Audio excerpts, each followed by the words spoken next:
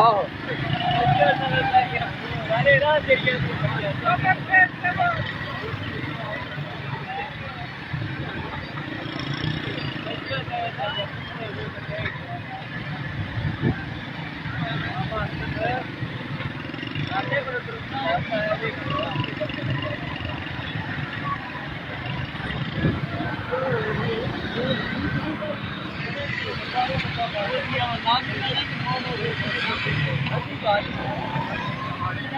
रिश्तेदारी बना रही है तो नहीं लगाओगे किससे भी